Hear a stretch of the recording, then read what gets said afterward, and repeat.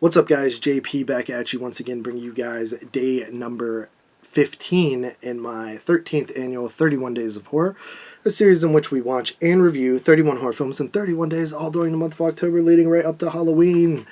And today's film is actually going to be another Amityville film.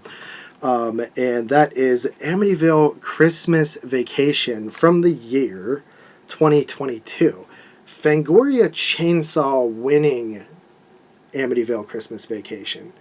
So this actually won the Fangoria Chainsaw Award for Best Amityville Film of the year. So that's pretty crazy when you admit there's so many Amityville films that it's possible to award the best one per year.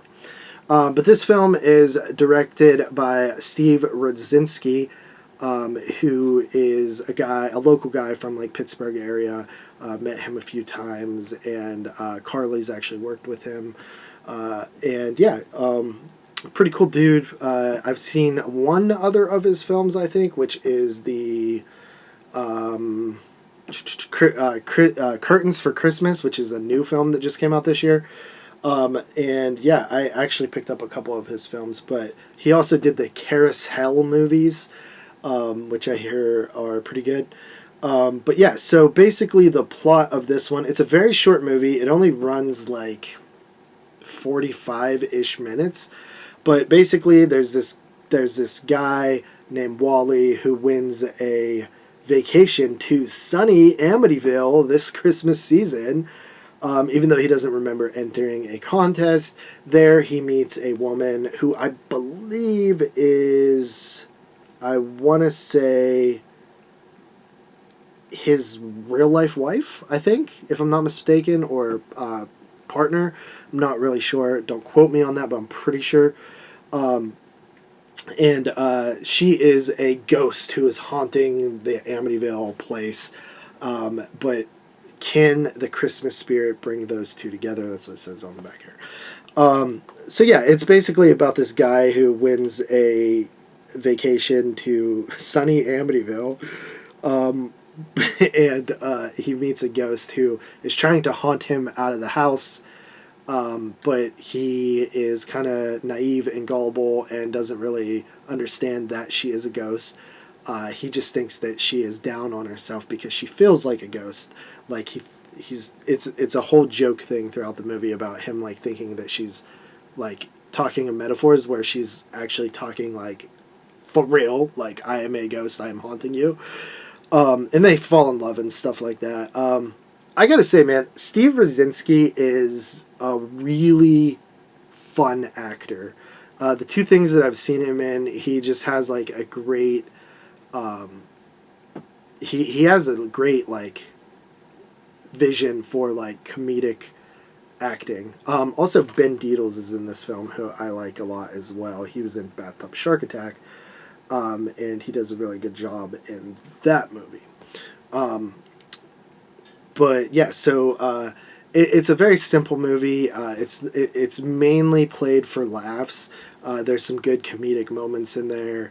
There's one in particular where there's a spook buster, which the whole movie kind of has like Beetlejuice vibes to it too. I could definitely see Beetlejuice being an inspiration for this. Just like the whole idea of like someone who is dead and she has like a caseworker and stuff like that, and just like this whole it's very funny. It's very charming, very funny. And my favorite like thing about this movie, well, not my favorite thing, but a thing that I really appreciate about this movie is it doesn't overstay its welcome. Like there's enough script here for like a 40-minute movie, and that's what we got. It's not like most filmmakers will take this idea and stretch it out into an hour and 45 minutes, and it just never works for me. Like, there's nothing wrong with making an hour-long movie or a 45-minute-long movie. It's okay. I still consider it a feature if it's over, like, 40 minutes, usually, which I think is actually the standard anyway. Both of the actors play off each other really well. The Spookbuster character is funny. There's a ghost of Christmas Future that shows up, and there's a really funny scene with that. based on the fact that I've seen Curtains for Christmas as well as this movie, I think that Steve Rudzinski really gets like the Christmas holiday and like what like I love about Christmas, and it has like such a good like comfy Christmas vibe. And actually there's some like great shots in here of, I'm pretty sure, the Pittsburgh area, two specific scenes that I could think of, where it's like super Christmassy and lighted up. I think there's one in the mall, if I'm not mistaken. I'm pretty sure I know that mall, but I could be wrong. It might have been stock footage for all I know, but just based on like my knowledge of the area. But yeah, so I think this movie is pretty fun. It's not the best thing in the world, but it's definitely enjoyable, and I've seen a lot worse Amityville films, so with that said, I will give it a solid 6 out of 10. So that is Amityville Christmas Vacation, worth watching if you're trying to watch every Amityville film that's ever come out, which I'm not trying to do, but I'm end up seeing I have more than I probably should have. But with that said, I'll see you guys tomorrow with another review. Peace.